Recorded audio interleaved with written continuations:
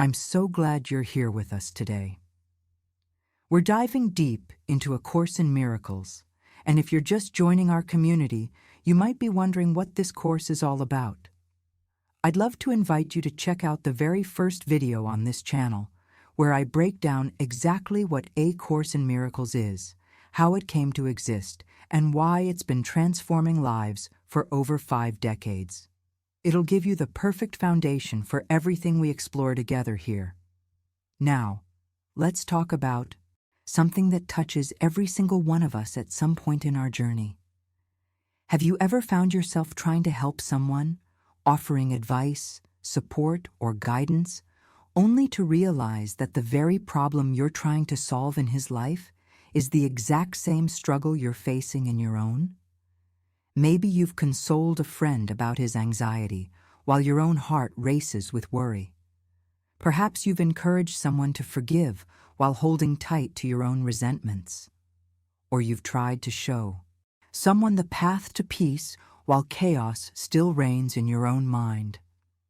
This is the territory we're entering today as we explore Section 5 of Chapter 9 in A Course in Miracles, the Unhealed Healer. And before you think this only applies to therapists, counselors, or spiritual teachers, let me stop you right there. This applies to every single person watching this video. Because we're all healers. Every time you offer comfort, every time you listen, every time you try to help another human being see things differently, you're stepping into the role of healer. The question is, are you a healed healer or an unhealed one? The Course doesn't pull punches on this topic. It cuts right to the heart of one of our deepest illusions, the belief that we can be whole while others remain broken, that we can possess peace while our brother suffers, that we can receive healing without extending it, or extend it without first receiving it ourselves. This teaching dismantles the ego's favorite game, positioning ourselves as the helper, the one who has it together, the one who knows better, all while our own wounds bleed silently beneath the surface. Think about the last time you genuinely wanted to help someone. What was your state of mind? Were you coming from a place of true peace, or were you subtly trying to fix in him what remains unfixed in you? Were you seeing him as he truly is, or were you projecting onto him your own unhealed pain? The Course asks us to look honestly at these questions because our effectiveness as instruments of healing depends entirely on our willingness to accept healing for ourselves first. Here's the beautiful paradox. The moment you truly accept the atonement for yourself, you naturally become a healer. Not because you've learned techniques or accumulated knowledge, but because you've stopped seeing separation between yourself and your brother. You've stopped believing that your healing is independent of his, or that his suffering is separate from your own. You begin to recognize that there is only one mind to heal, one heart to mend, one correction to accept.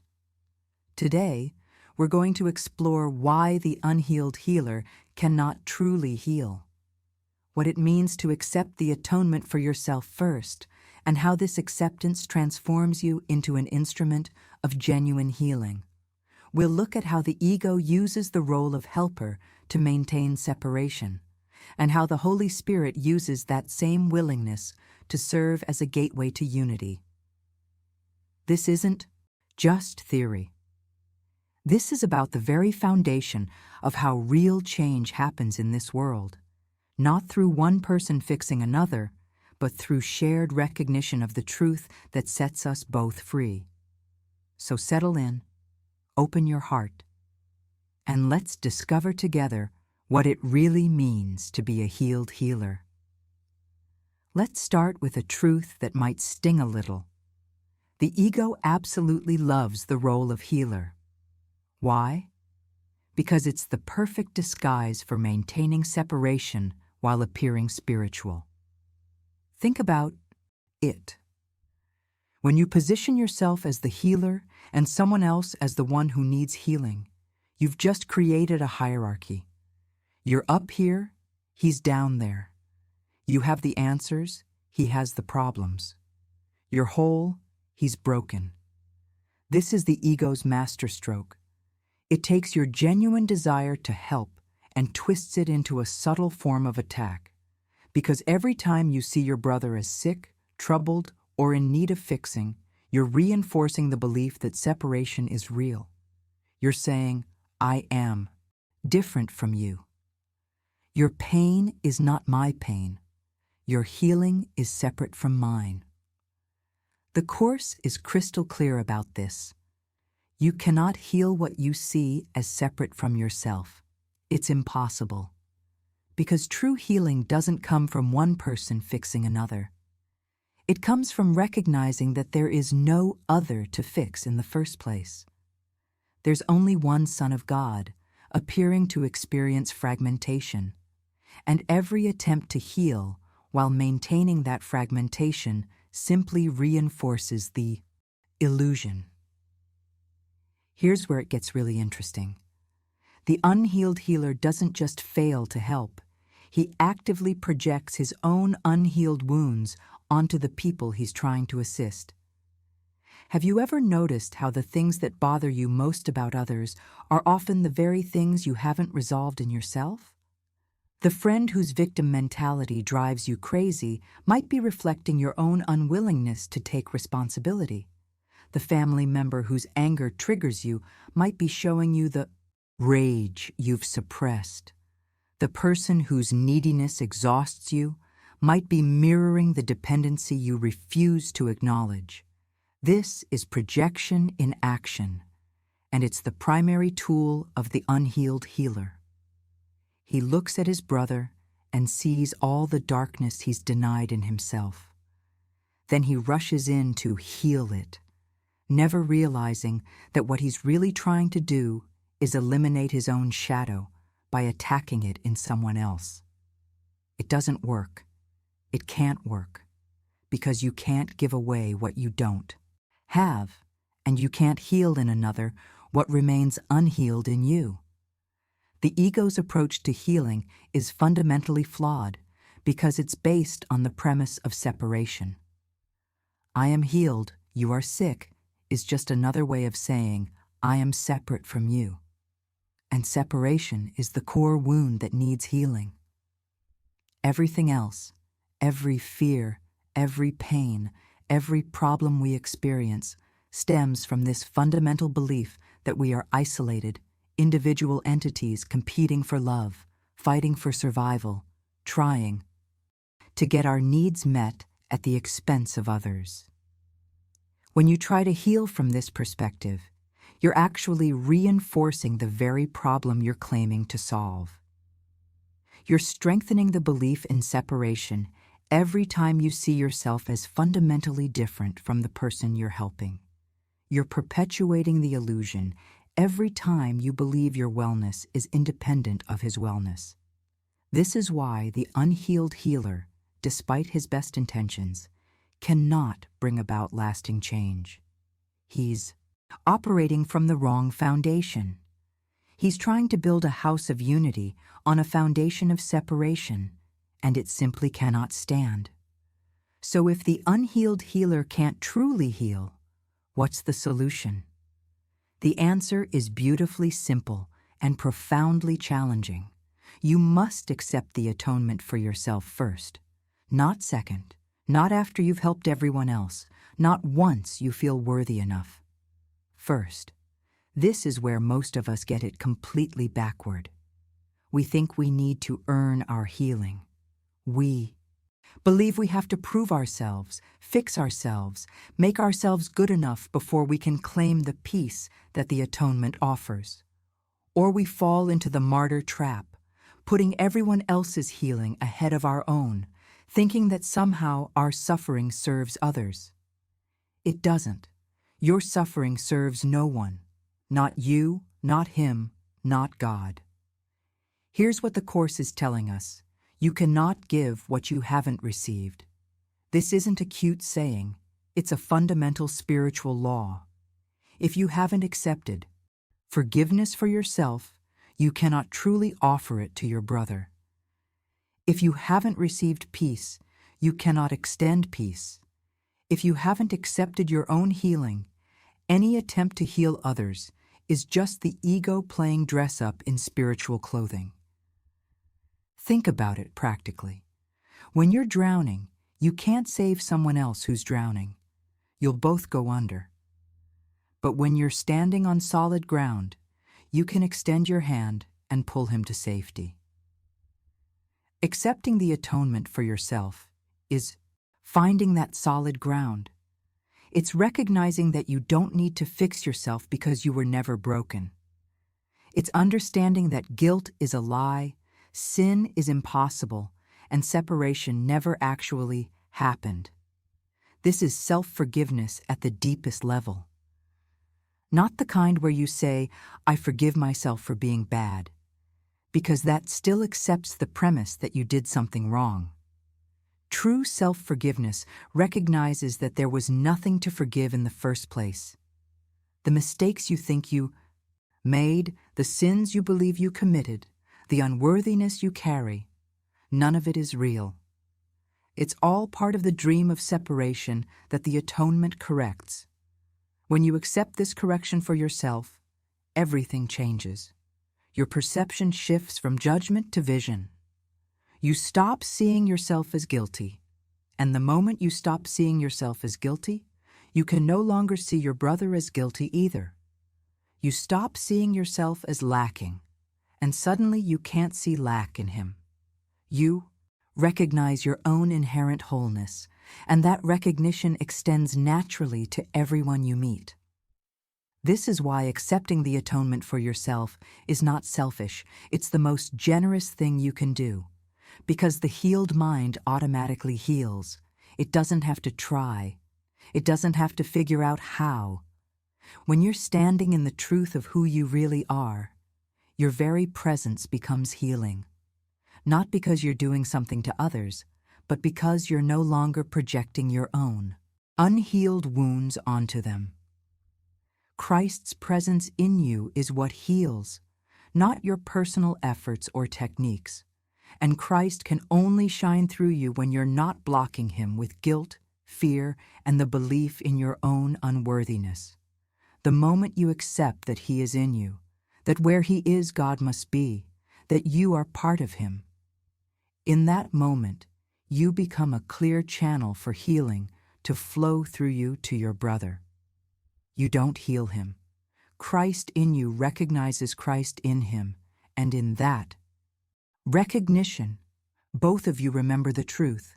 This is accepting the atonement for yourself. This is the foundation of all true healing.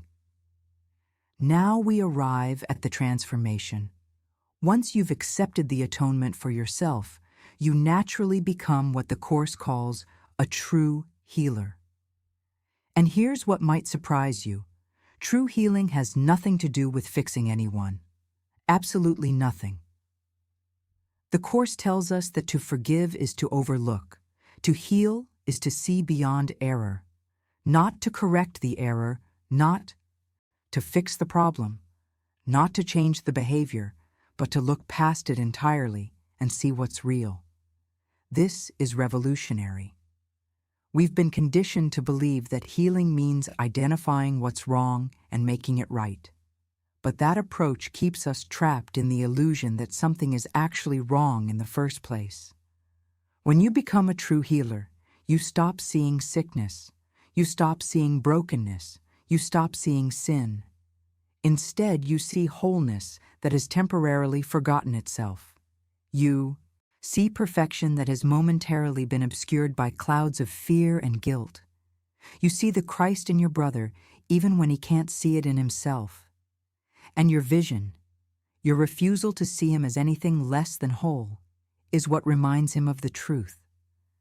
This is where the Holy Spirit becomes absolutely essential. You cannot maintain this vision on your own. Your ego will constantly try to pull you back into judgment, into seeing problems that need fixing, into believing that your brother's errors are real. The Holy Spirit holds the vision of wholeness for you until you can hold it yourself. He reminds you, over and over, to look beyond what your physical eyes see and perceive with the vision of Christ. The Holy Spirit doesn't heal by changing external circumstances. He heals by changing your mind about what you're seeing. He shifts your perception from error to truth, from guilt to innocence, from separation to unity. And when your perception shifts, everything shifts. Not because the world changes, but because you're finally seeing it correctly. Here's the beautiful paradox of genuine healing. It happens in relationship. You can't heal alone, and you can't heal your brother by standing apart from him. True healing occurs in the space between us, in the moment when two minds join in shared purpose. When you look at your brother and see only his innocence, and he experiences being seen that way, something profound happens. The illusion of separation cracks. The truth begins to shine through. This is why the healed healer never works alone. He knows that he and his brother are healing together, that they're waking up together, that one cannot be healed unless both are healed. There's no hierarchy here. No one is further along the path. No one has more light to offer. There's simply two expressions of the one Son of God, remembering together who they really are. The shift from judgment to vision is the shift from being an unhealed healer to being a true healer. Judgment says, I see your problem and I'll help you fix it. Vision says, I see the Christ in you, and that is all I choose to see. Judgment reinforces separation. Vision restores unity. When you become a true healer, you realize you're not doing anything. You're simply allowing healing to happen through you. You're stepping aside and letting the Holy Spirit work. You're choosing vision over judgment, truth over illusion, love over fear. And in that choice, both you and your brother are set free. This is what it means to be a healed healer. Not someone who has all the answers, but someone who has accepted the one answer.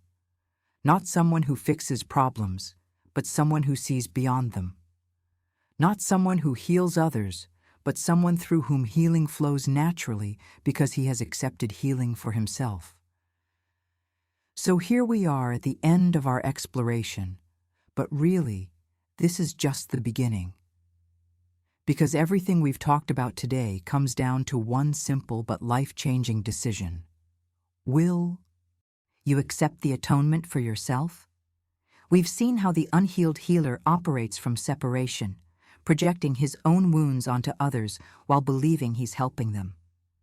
We've discovered that you must receive healing before you can extend it, that accepting the atonement for yourself isn't selfish, it's essential.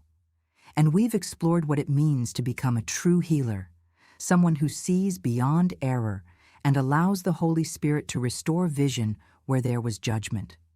The healed healer knows there is no difference between himself and his brother. He understands that one cannot be sick while the other is well, that one cannot be guilty while the other is innocent, that one cannot suffer while the other experiences peace. In the recognition of unity, both are healed. In the acceptance of wholeness, both are set free. Christ is in you. Where he is, God must be. This isn't poetry. This is the foundation of everything.